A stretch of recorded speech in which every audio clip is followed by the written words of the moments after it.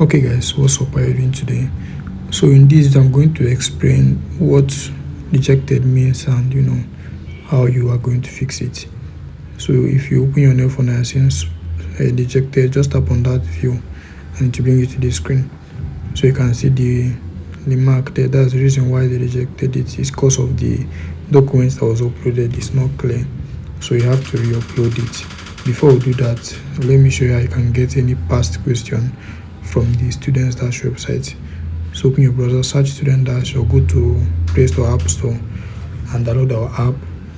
And once you open the website, you just you can scroll through and check if you can find any other interesting thing, or then you just have to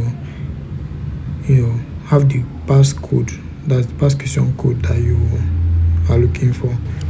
So type the course code in the search bar and it will view the materials that you are looking for that particular course. Now back on the NELFUND website, just tap on that request for student loan and here select upkeep if you need it. Then you have to upload your admission letter, and once you are done, you check accept and then you continue. But if you already has a loan, it will show you this: you have an unapproved loan. That means you have already applied. So if you have any question, drop in the comment section.